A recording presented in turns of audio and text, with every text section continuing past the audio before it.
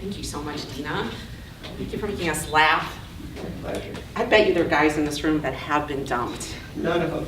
They're all With the top draft choices, nobody would run. That's right. You know, I actually have a chapter about, I got dumped the same week LeBron dumped the city. Oh. And so I have a chapter in here called Is Love a Sport? I'll let you read that. I just want to say, guys who admit they've got dumped will get laid more. Just putting that out. See, you are an expert in this stuff. Yeah. So I'm going to read 2 chapters for you. Oh, I got dumped.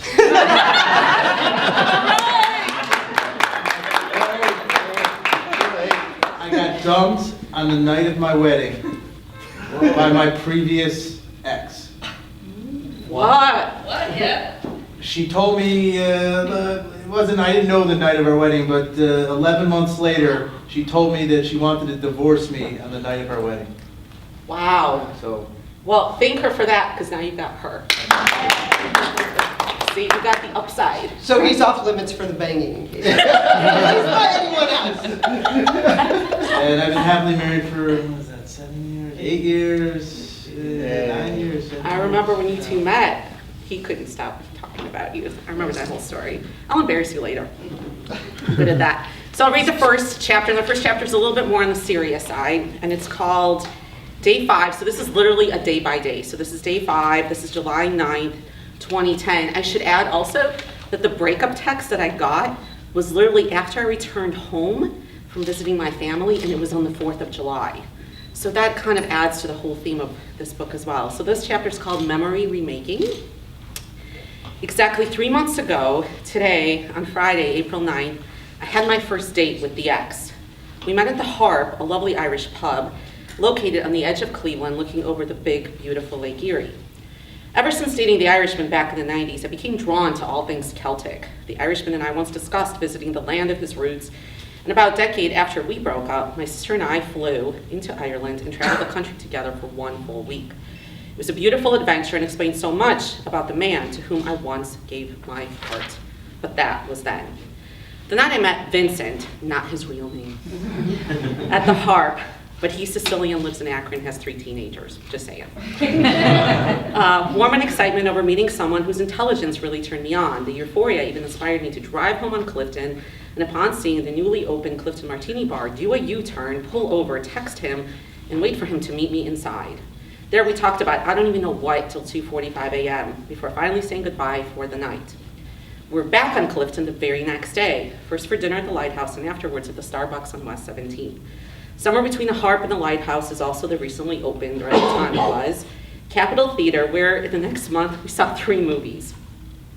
Date Night, The Girl with the Dragon Tattoo, and Breaking Upwards, all of which we mutually enjoyed.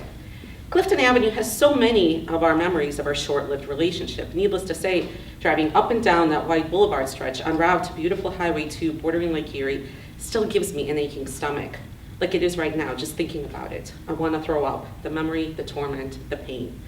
Every relationship that makes it beyond the 1 or 2 month mark creates a series of memories. Usually for me, it's very much about the song, the movie, the television show. But this time, the biggest mnemonic device is a street. Clifton Avenue served as the stage to our relationship, and not just because of all the landmarks and the venues that we enjoyed, but also because I take the street to get to Highway 2, hop on 90, go to 77 to get to his place, usually Sunday nights. I'd always take 490 on my drive home the following morning, but to get to him, this was my path, my road, my route. A few days ago, I started to realize something about Clifton, and all the places on it began to fall into the our places category.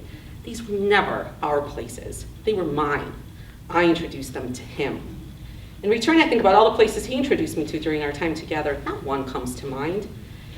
So there was the Friendlies, where the last time we were, he told the lady my milkshake order because he paid attention and knew, and there was also Applebee's and a few other chains, deeply ingrained in his unsophisticated and predictable suburbia. There was an ice cream place where he took me on one of our first dates, where in a perfect date moment, we sat outside under the sun-setting sky, on our benches, and with ice cream in one hand and a headphone in the other, together we listened to Pete Yorn on my iPhone. It was all very sweet and happy, and he dug this artist he's never heard of. And later I even made him a couple of Pete Yorn CDs, which he thanked me for, but he never reciprocated. Putz. Point is, Clifton, with all its memories, was nothing more than my introduction of a different world to a man was actually quite content living in his own finite universe. Tonight, MJ, a former co-worker, current neighbor friend, as well as fellow Aquarian, and I had dinner at the Harp. We sat outside enjoying the warm weather and gorgeous Cleveland sunset. "How are you doing?" she warmly asked. "Okay, I guess," replied, and I stared out into the lake. To the day and to the date, it is 3 months from that first encounter, and today, I claimed the Harp back. Later, I stopped by Starbucks. I claimed that back. And on my entire drive to Clifton, I claimed the street back. I actually said in my car, "Clifton, I am claiming you back." This street, with all its relationship evidence, it did not belong to him. It belonged to me. Next time, I hope a man that I will date will introduce me to his favorite movie theater, to his favorite Irish pub, and most importantly, to his life. Today, I'm reclaiming mine.